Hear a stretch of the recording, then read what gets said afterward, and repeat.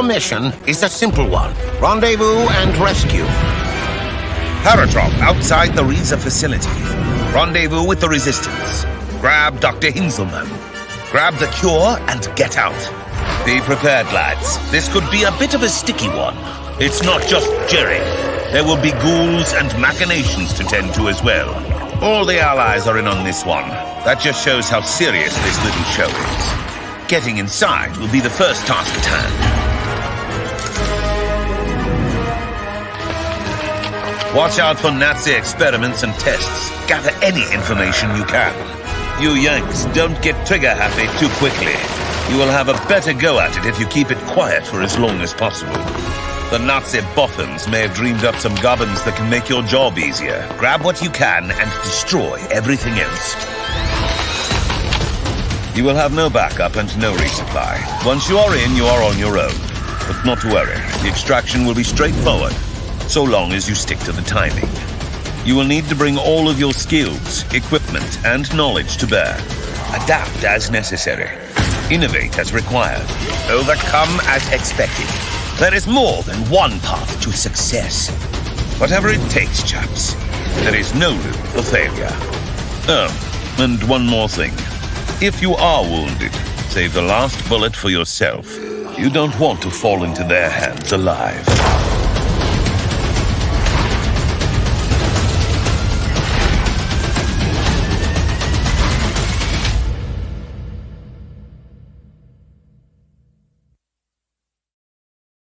All right, there we are. Yeah, I already mentioned I got that game in the mail. Not Project Rice, but the Stalingrad Z, the one that's right before that. I also got a new one in, that New York Crisis. Yeah. I did an unboxing thing for it, but I didn't get it posted yet. I got to do the edits and everything. I'll do that later. But anyway, so what are you here for today? What do you want? Oh, I'm just kidding. We're going to be doing the items. We're going to be looking at NPCs, and this will be a quick one just because they're pretty straightforward, but I do want to make sure you understand what they are and that we go through them. Let's see. That was Andrew getting a hold of me. I know he had a stream tonight and he wanted somebody on. I was like, I can't. I'm doing this, I said. So, all right, so let's get into this. Maybe I can jump on with him in a bit. So what is equipment? Equipment is your anything really that you're looking for. It's your gear, it's weapons, it's a matchbook, it's anything that you're going to be holding and taking with you and using as you go through the adventure. Now, it says there's a set of 2 to 3 pieces of gear that go along with an archetype. Again, anything that mentions the archetype, take those archetypes as suggestions. This is like the bad boy has certain stats marked with it. Those are recommendations for a build. They're not the end all be all. You can create them, however you want. Okay. You'll also notice something new here. These bands along the side. Well, they're going to extend past the bleed out and it's going to make it a lot easier if you're just quickly paging through, ruffling through the pages to see which chapter you're on. So yeah, we thought that would be cool. Wanted to put that in there.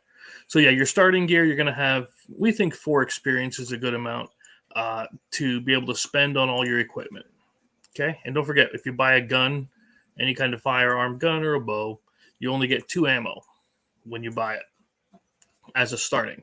If you buy it, buy it later, you get 3. But so then, yeah, items are just, anything really. Books. Yeah, books are nice because they give you a +1 to different skills. And we do list, as it says here, we list the anatomy textbook. And these are optional add-on, the cards. You don't have to get them, but they're there for you. But yeah, the anatomy textbook gives you +1 to a healing test because you're studying about healing. But you can make any book you want, and give it a +1 to a relevant skill test. Now, don't forget, this is a step die system where you're not adding 1 to the result of your roll, you're increasing the size of the die you're rolling with your plus or minus, increase or decrease. Okay, just wanted to make sure we remembered that from last. All right, class, are we ready? Okay. So each item, of course, is going to have a name. And when we get into the weapons and the more specifics, we'll talk about those. This one I'm making the crowbar a weapon. So this way, not only can you use it to break into things, but you can also, use it to smack somebody upside the face. But anyway, so the items are going to have a name. It's going to tell you 1H or 2H. How many hands does it take to hold? Okay, so you can hold an anatomy textbook and a crowbar, at the same time. It tells you what it's going to do, any notes that you need to know about it. We'll talk about body armor then. Probably, I think the body armor part comes in when we're looking at the combat and everything. But then it tells you how much it costs. Remember, this is a spend in experience. So it costs you a certain number of XP to buy this gear. And don't worry, you can buy it right away from the beginning. That's perfectly fine. So, yep, flashlight, food. Food's important because in this game you will have to worry about starvation. Just like we also wanted, because we have the Dream Demon villain, right? So we wanted to also have you be concerned with sleep deprivation. So we have that in here too. But flashlight, if you're not sure what a flashlight is by now, something may be wrong. Herbs, plants, make it up. Be inventive, but they allow you to increase your healing. You got holy water, and you get painkillers, and you get all kinds of. Now, these items you can buy, or some of them you can find. Like if you want to go dumpster diving for food, you do that. That's between you and God, right? But there are some items, these special items, that you cannot find easily. They'll be out there, but think of them more like a narrative option. So that they should be absolutely something that is rare, only for special moments, really special stories. Like everybody can find an old diary laying around, right? But an ancient tome, it has to be, that would be something profound.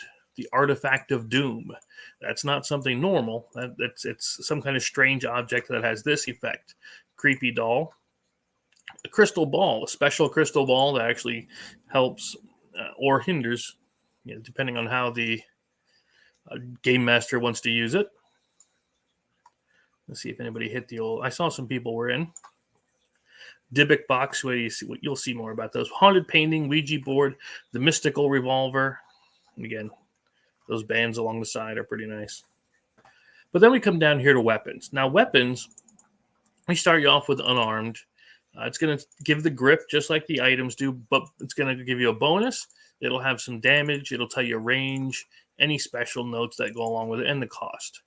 Like the blackjack. A blackjack, if you're not sure what that is, it's a little,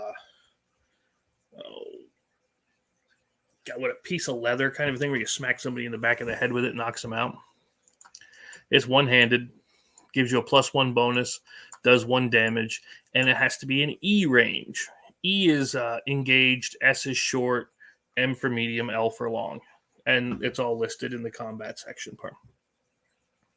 The scythe, 2-handed, because it's a scythe, not a sickle scythe. Gives you +2 bonus, 2 damage. You can use it from short range away because it's a bit longer. And it gives you a special bonus for if you defend with it. Cattle prods, baseball bats, chainsaws, lawn darts. You can have lawn darts. There's a rock. If you want to pick up a rock and throw a rock, we have a stat for the rock. Not Dwayne Johnson, but I mean an actual rock. Different kinds of bows, because I like hunting and I like the outdoor stuff. So, I mean, I put in a couple of different types of guns and bows and so on. We didn't put in different styles of broadheads or anything like that. So, I mean, we didn't go that in depth with it. But your recurve bow isn't as strong as your compound bow, and it's not as good as your crossbow. But on the other side, it's cheaper. So you may be able to afford it. Same thing with a 357, a 44, 9mm, and so on. But they all have how many hands, what's the bonus, what's the damage it does when it hits, what's the range you can use it at, and some of them are going to have special abilities like burst fire. Okay, and we'll get into all of that. Let's see, burst fire, and the shotguns knock people prone, which means they're knocked down and they take negative effects to defending and everything else. And then later on, if you decide you want to buy some ammo for your weapon, because remember, we don't actually track ammo and things in here. What happens is if you miss, then you have to spend a piece of ammo to represent the miss. However, but if you keep hitting and hitting and hitting, you can keep shooting all day long. We don't care. But if you ever want to buy some arrows or crossbow bolts or anything, just to hedge against a couple of misses, here's how much they cost. If they're available, that's the real kicker. If they're available in the game. If the GM decides, hey, we don't have a sports shop here, so we don't have access to these items, so, or maybe they're sold out. That if there's something in there that they would need to use that's entirely possible. Now, one thing that's listed in character creation, and I know we talked about it before, is your starting item. That doesn't cost XP, just in case you forgot. It's completely free, something minuscule or something that's memorable where you will be able to use it to gain stress back or reduce. But yeah, here's the cards that we're going to have offered. And yeah, I made the card for the crowbar into the weapon. I have to put it into the book. But yep. But it'll list the bonus. It'll list any damage, the range that it takes, how much it costs, what the hands are, and all of its notes. Same thing with these communion wafers. They cost 1, and you use one, and you get 1 stress. Relieve 1 stress and not get the communion wafers. Don't make you go freaky. I know somebody in recent, they were just making a character and they bought the bulletproof vest. Well, now they have armor. Now, again, if your GM decides that at the start of the game you don't have access to a bulletproof vest, that's something you're going to have to talk with them, and that's something they should talk with you about while you're making said characters. Like, look, you only have a limited number of items you can grab, which would make these cards nice because then you can set it out and say these are the things available to you. First aid kit helps you with healing. Flashlights are obvious, but yep. So we're going to have all of these here for you. Pretty much the baseball. I always like this picture of the baseball bat with the nails in it, the aluminum bat. Maybe it's just me. And the cattle prod. Anybody never play with lawn darts? I mean, you kind of gotta. There's the shovel. So yeah. Oh, longsword. Why did we put the longsword in there? Well, I'm glad you asked. Because of Tom Quixote. When we show you the NPCs and you see Tom, we'll talk to you about Tom. I had to put a longsword in for him. He's a good guy. I like him. But there's all the weapons you're going to need. All right, let's close the weapons. There's the special items. See? So we have everything here for you in the cards if you need them. Now, these are the NPCs. NPCs are similar to characters. And you have the ability, get back up there it is, to make your own if you wish. However, we do have a bunch of them that are already made for you. But these are all based on, of course, things in the game, right? Like you're going to find the demon in the church. Leeches were in the swamp. Where the heck was this person? I don't even remember where this person was at. Security guard, right, in the prison. Skeleton was in the graveyard, and the tall, thin man here was in the forest. And you get the idea. Yeah, these are all based on things from our actual game, and you can get animal companions for NPCs, companions or adversaries, because that's the nice thing about an NPC is they can be either an ally or an enemy. And it doesn't have to be the same. Like if you can persuade someone to come over to your side, you might turn an enemy into an ally. That's entirely a possibility. But NPCs are pretty simple to make. You start off with one of the archetypes. And it's either going to be a human, animal, demon, ghost, or undead. All their attributes, just like people, start off with a C. Okay? And you, as a GM, you'll make either 2 or 3 increases up to A, just like with a character. But truth be told, if you want a stronger NPC, go ahead and make one. You know what I mean? If you need someone that's a like if you remember from the game, Bubba, and the upcoming comic book, by the way, he's going to be in there. He is not considered a standard style. Oh, there's Tom. There's Tom. But Bubba's not considered a standard style NPC. Like, he's going to be much, much stronger and have different abilities all on his own, based on, again, the game. And you can do that, if you need them. But this gives you a framework for creating your NPCs. Now, down here we have animals were not in the standard Year Zero engine. We actually created these and added these just for the game. Because we have animal companions, animal allies in the game itself. So we wanted to make sure that you had animal allies in the RPG, right? Only makes sense. But what you can do is you can actually try to tame these animals. So every animal you come across, you can try to tame it by using an opposed persuasion check. And we'll do all the checks and things later. But once you tame it, not only can you tame it and carry it around with you. I don't know if you want to carry around a giant spider, but you could. You could, if you wanted to, if you get the opportunity, but you can then train them. When you first tame the animal, it will have one of these abilities, okay? One of these skills that it can do. And you get to pick which one, right? Or you can roll a D8. If you don't want to pick, if you can't pick, or if your GM decides he wants to roll for you, or she, whatever, they can roll. However, later, you can actually train. If you wanted to train your giant spider to play dead, go ahead. But it's going to take D6 shifts of training. And that means you must actively be doing that during the shift and nothing else. And of course, you can use some of those shifts in between sessions. But yeah, you can train your spider to steal, or train a wolf to watch and be on guard. Train a cat to attack. I mean, as much as you can train a cat. So NPCs are going to be just like a regular character. There's not going to be a lot different as far as the GM controlling them. They can act in groups. They can help each other. They can have special skills and abilities. And here's just some samples of the NPCs. If you decide not to get the cards, here's some samples that we made for you. Thought you'd like them. And again, it's all based on the game. Like, this guy was in the executioner demon was in the prison. Duplicate demons are a big, big part of the brain freeze. They're a big part of the residential neighborhood.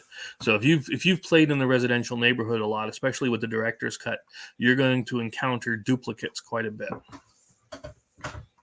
All right, there we go. Let's scroll down there. Now, villains, I know we're going to get more in depth with them. They are just about the same as a character. Here's the kicker, though. Villains, you want to be a bit stronger than a character. They're going to have, pretty similar stats, but here's where they're different is usually their special abilities. Their special abilities will allow them to have powers and so on that the characters don't have. And like with the Beast Within, I gave him a bit more health than normal, as if he took a couple rounds of toughness, right? Same thing with the Nerve, because you want them to be challenging. Now, if you want the villains to be easier, that's between you and God. You can make them easier if you want, but I prefer much more on the challenging side. But it gives you options, and we'll have all the PDFs for all of these villains and extra characters available for you. But we made every villain I believe we have every villain from Slaughterville 1 recreated in here, like the Cannibal Rednecks, Cousin Frankie, Cousin Tommy. Again, these guys are coming up in the graphic novel, Book 3, Cannibal Rednecks. Mama Lisa. don't know if I have that yet. Let me just do one thing real fast, which I know you're going to enjoy. I hope you would anyway. I hope you would. So let's see. I got to download them anyway. Close that. Download. Download.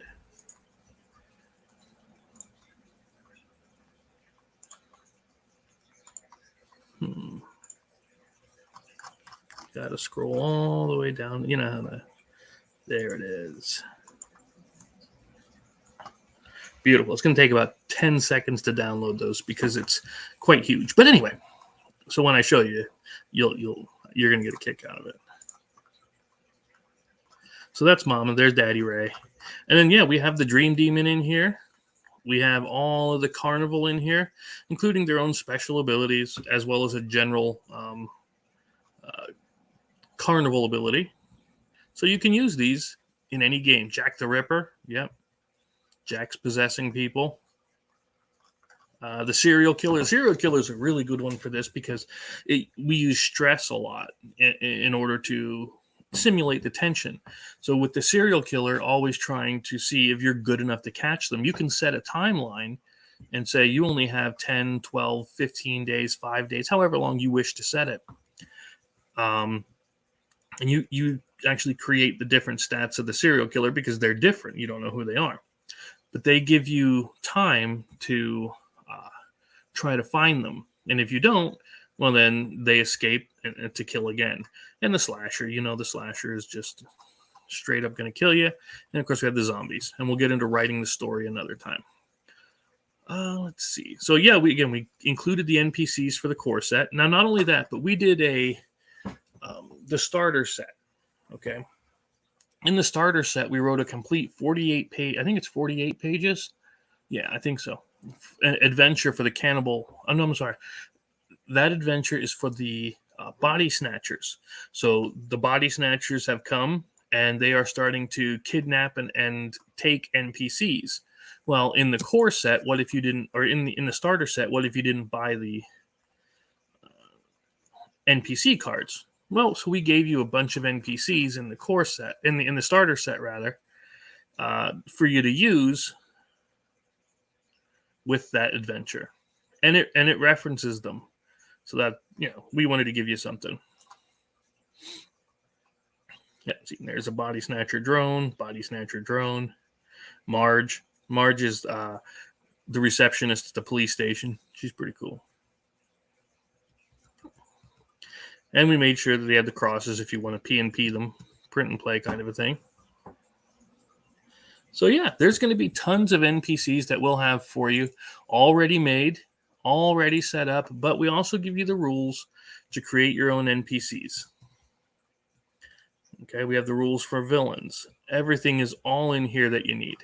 Items are not that difficult. It's just like we said. For weapons, you're going to have a grip. The bonus is how many dice you're going to allow it to go up, damage, range, and any nodes. Like, for instance, do you have to spend an ammo to use a weapon? You might have that. Like if you had a rocket launcher for some reason. Okay, well, I don't have one in here, but maybe we will later. So if you have a rocket launcher, of course, it's going to be two-handed. Maybe 2 or 3 or I think 2 for the bonus would be fine. Give it 4 damage, but you have to spend an ammunition in order to use it. And of course, it will be cray expensive. All right. So there we are. If you have any questions about the equipment, the gear, the items, the allies, NPCs, don't hesitate to ask. All right. We're gonna make sure that you have everything you need before we launch on. It's going to be mid to late July. All right. So let's stop that one. And I want to show you before I head out what we just got in. And this is the colors for the Cannibal Rednecks cover. There's Daddy Ray. There's Mama Lisa. I like how they did the design on the dress, bloodstains and all. And of course, head on a pitchfork. Where's it? Oh yeah, then we have this one. the werewolf versus slasher fight. That's going to be a cover for an exclusive cover. So we hope you like it. We hope you had fun, and we hope you can catch you back here for the next one. Now, what is the next one? I believe that's actually creating the stories, or is next one the running the stories? We'll check it out. But either way, I have fun talking to you about this game, and I can't wait to get it out to you. I just started the campaign page for it, so the book's all done, the quotes are all done, everything's ready to go. It's just that's what I do before I'm ready, before I even launch the campaign or start building it. Everything's ready to go. So there we are. I look forward to seeing you next time, and until then, have fun.